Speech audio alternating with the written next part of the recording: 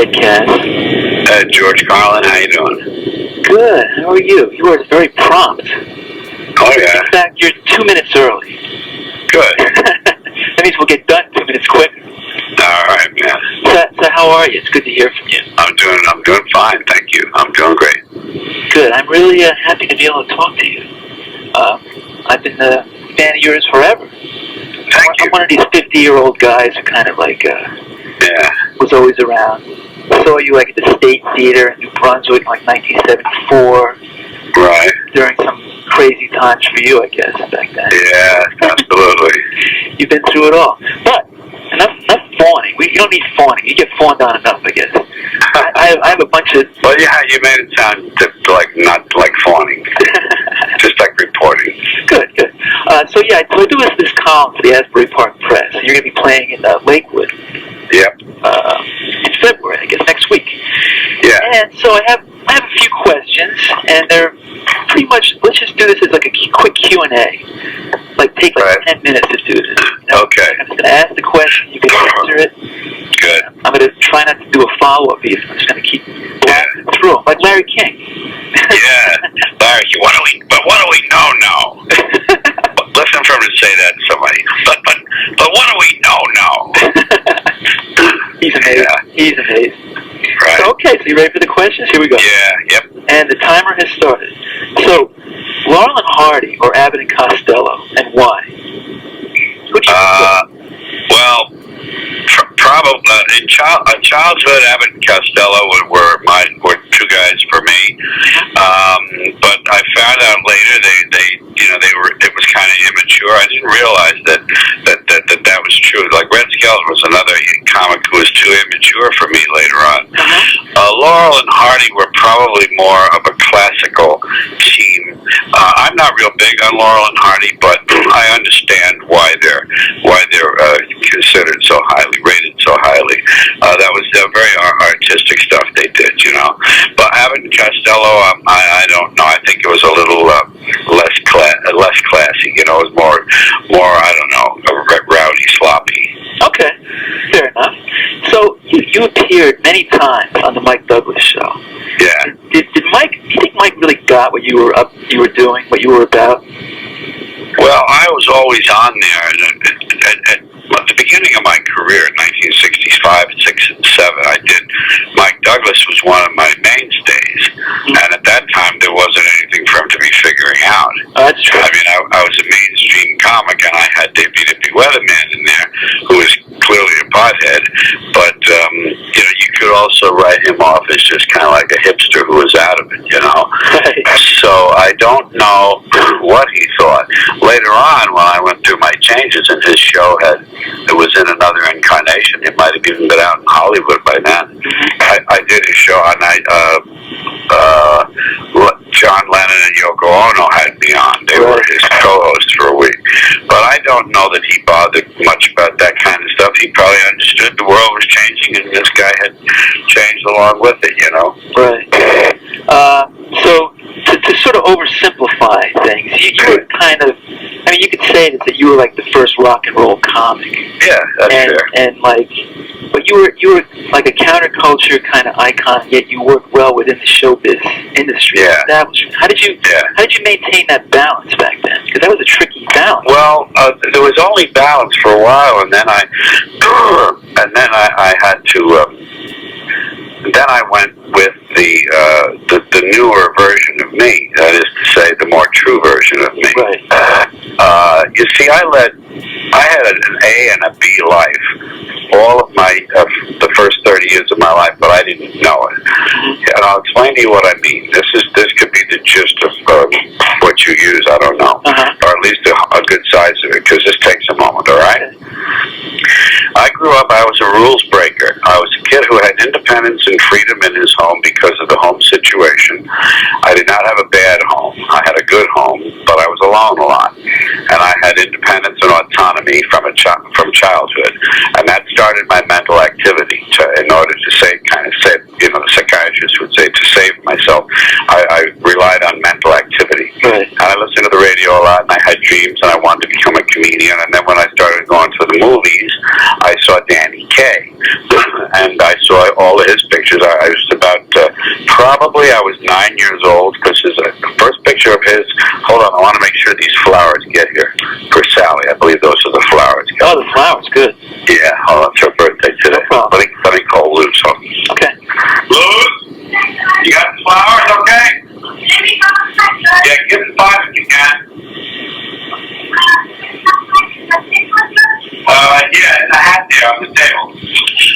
Okay, sorry. No problem. I'm upstairs. They're downstairs. So I watched Danny Kaye in the movies. I know there was a movie in 1946. I looked it up since to kind of date some of these things for myself. And I said, I can do that. I want to do that. That's what I can do. I'm funny like he is. I can make faces. I can do voices. I'm real good, talk fast and doing all this unusual verbal stuff. And he became my model, as it were. And just something to aim at. And as I developed along, I kept that in mind. But what I did in my life as a kid was I wasn't a successful student because I was kind of smart and I didn't give a shit. Right. I really didn't give a fuck about school. And I quit in 9th grade and I spent a year working downtown before I was old enough to join the Air Force. And I joined the Air Force at 17 and I got out at 20 because that didn't work out either too well. I was supposed to stay for 4 years. I only stayed for 3. And I had 3 court martials in there. And before I had finished with my schooling, I'd been kicked out of 3 schools and quit another one. And I had been kicked out of the Boy Scouts, the choir, the altar boys, and summer camp, all for various infractions. What the hell did you do when the Boy Scouts get kicked out? In the Boy Scouts, I made fun of some kid who was doing an Indian dance, and I ridiculed him to the others, and they told me don't bother coming back. Wow. But I managed not to fit all the time. I always didn't fit. I never liked being like the other people. There was this individualistic streak and this anti-authority, the inability to handle arbitrary authority. And authority that's just imposed arbitrarily. Yeah. So that, and I began as a pot smoker when I was 13. When I was still in 8th grade, I began smoking pot. So that makes me a lawbreaker too. Plus, we stole a lot in my neighborhood, and we broke into cars, and we did a lot of illegal type shit. So I was kind of like this person living outside the law, outside the mainstream. I was definitely not a mainstream person, but wanting to be like Danny Kaye is a mainstream dream. And I had a bifurcated existence because I started to pursue Danny Kaye, and you have to do that. You have to be a people pleaser. I had to go to nightclubs. Right. I had to go to coffee houses. I had to do what the others did to please the others. Excuse me, I got some on my throat. God damn it. So I didn't notice that. I just was going through the paces. And I started getting hot and everything, and I started being on the Perry Como specials and all that kind of cornball shit, that middle-class shit. And I wondered why I wasn't very happy and wasn't very, very fulfilled. And I was reaching to get that movie career started, to try to get a sitcom career started the way they all do, because that had been part of my dream, to get in the movies and be like Danny Kaye.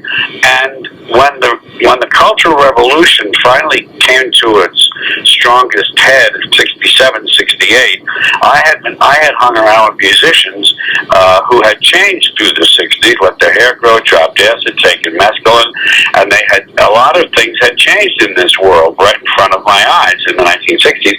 And these other artists, people who had talent, I had talent in comedy, they had talent in music, they were using their talent to express their feelings and their politics, and I was not. I was entertaining these people in nightclubs, these cornball fucking people. Now here's the interesting aspect of it. I was 30. The people in these nightclubs were 40 plus.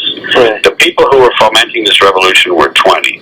I was right in the middle of them demographically. Wow, yeah. So I realized that my salvation, that my peace of mind and my artistic salvation was in going with the youth culture. That is to say, using that part of my brain and my heart, which was in sync with them, and following those things. So that's what happened to me, and that's a kind of a long, convoluted answer to what you said, what you asked. I forgot what the question was, but yeah, me too. But God damn it, good thing you did, George. I'm glad you did that. Well, it's good for my health, my mental health. Absolutely.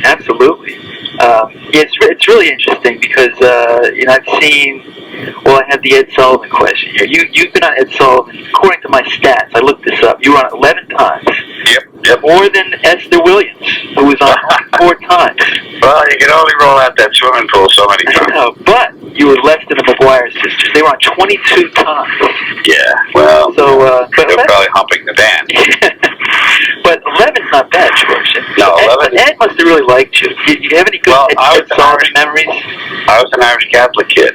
Oh, there you go. From New York. He actually said to my manager once, when usually they cut the comedians, they cut their time between dress rehearsal and air on Sunday.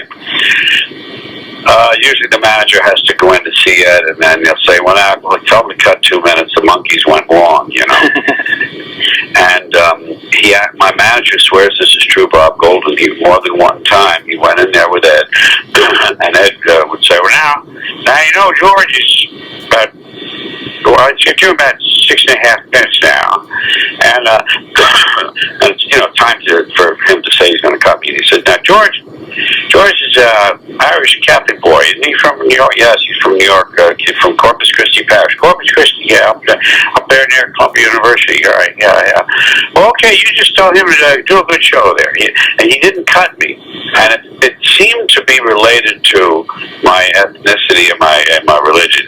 Bob said it wasn't just kind of happenstance. It seemed connected the first time it happened. So handy sometimes. Nah, you never know. Play the Irish Catholic card. Play that. That's great. Well, I have follow-up questions to that, but let's keep moving on here. So also, let's see. Now this is kind of interesting. I don't know how you're going to react to this, but there was That Girl is out on DVD now, and I was watching it with my girlfriend the other day. And what girl is out on DVD? That show That Girl with Marlo Thomas. Oh yeah, Marlo. And you appeared in one episode. I think that's her manager. Yeah. And we watched the episode. Then we watched it with the commentary track, and I can't remember who it was that said it. Somebody was talking about it. He said George did one episode, and then he just disappeared. Yeah. This is what the guy said. So what happened there? That was part of the manifestation of being in that mainstream dream and feeling I had to do acting, in sitcoms. And if I could have gotten as a regular in a sitcom, that would have been great, being her manager. But what I did not know. See, I thought acting was my birthright. I thought as easily as I go out on stage and say, hi folks, how are you? And did you hear the one about here's another thing here, and then there's this and that. I thought as easily as that came to me, acting would come to me. But it did not. It was very frightening because there were so many instructions all at once. Right.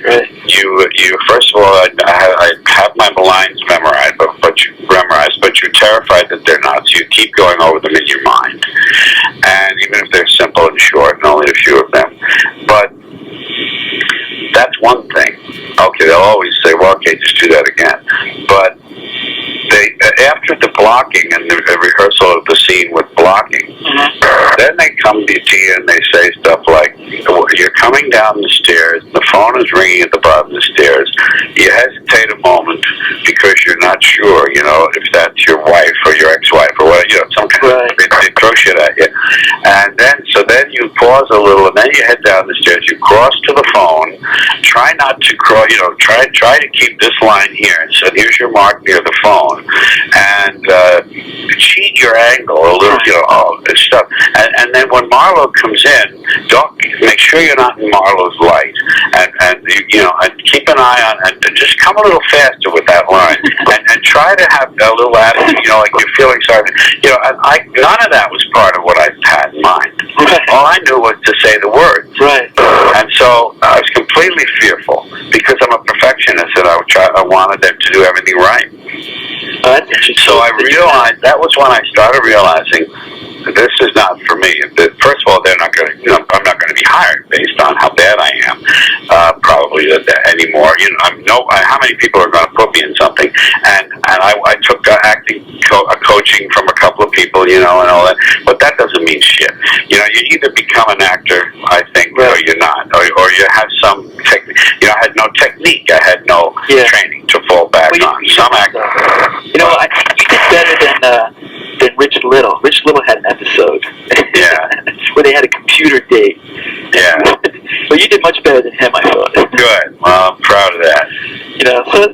least you got that going for you, right, George? Pardon? At least you got that going for you. Yeah, absolutely. I'll bring that up next interview. Yeah, bring that right up at the front of the interview. By the way, Right. so also, let's see. So, like, at what age? Well, you already told me that answer. So, what's the absolute worst gig you ever had? Like a star. Worst gig I ever had. My partner and I, Jack Barnes was my partner for 2 years, and we made about 500 a week generally in the Pet Playboy Club. Sometimes 400 a week in other types of nightclubs. We worked in nightclubs.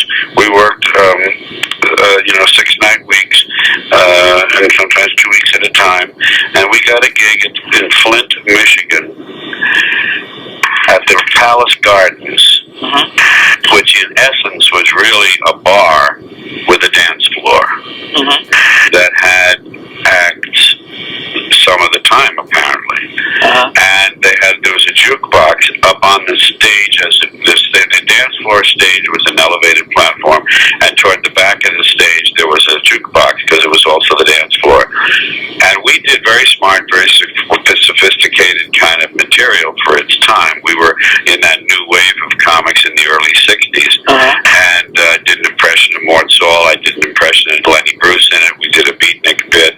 We did stuff, but we did stuff that had a little bit of bite, a little bit of social tinge to it. Right. And we were in this place. We came into work that night, and the bar was all lined up with people in their work clothes, like cement workers and construction guys and shit. And sitting at the tables, there was like a softball team that just come back from practice or a game or something. Right. And we had to do a fucking show with our stuff. And I believe Jack says one of the nights somebody went up and turned on the jukebox during our act. Oh, that's great. And the only other one is I had to do 2 club dates. A club date is a single performance for a specialized group. You just do one and you're gone forever. Right. It could be the Simi Valley Booksellers Association, or the Chicago Funeral Homeowners. Right. But it's just like that specialized. It's called a club date. And I had a club date at the Moose Lodge and at the Eagles Lodge in was it Muncie? Muncie, Indiana. What year was it? This was when I had just broken up with Burns in '62. Okay. $50 for the night for 2 gigs on opposite sides of town, and these were all Muncie, Indiana people. Right. And on top of that, they were Moose and Eagles people. And on top of that, nobody knew who the fuck I was. And I stood there at one of them, and I did my little, I too had stuff that was kind of like, I tried to be a little bit, avant-garde, a little bit advanced, a little bit forward, like Jack Burns and I. And at one point, in one of the shows toward the end, toward like 28 minutes or something, I said, and finally, and they all applauded when I said it, finally. So those are the 2 I think of. So how about this? What was like the gig that you had that you finally realized that, like, wow, this is really going to work for me? Do you remember that moment where you felt like you were happening? No, there were plenty of nights that when everything worked fine, and those were the nights that you counted on when things didn't go well. If I did something in Greenwich Village and didn't go over well on a Friday night, I would just remember the last Friday night. Yeah. Or on if Saturday sucked, I would say last night was great. It's always the audience. You have to carry that around in your head. It's always their fault. Yeah, definitely. Yeah, I'm going to have to run and do another one of these interviews, unfortunately. Yeah, no problem. I have one more question. Okay. What is it about Lakewood, New Jersey, that keeps you coming back for more?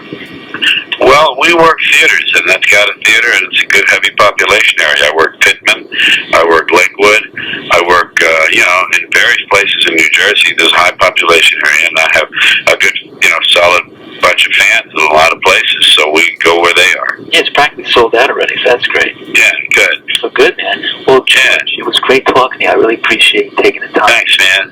Appreciate it, Ed.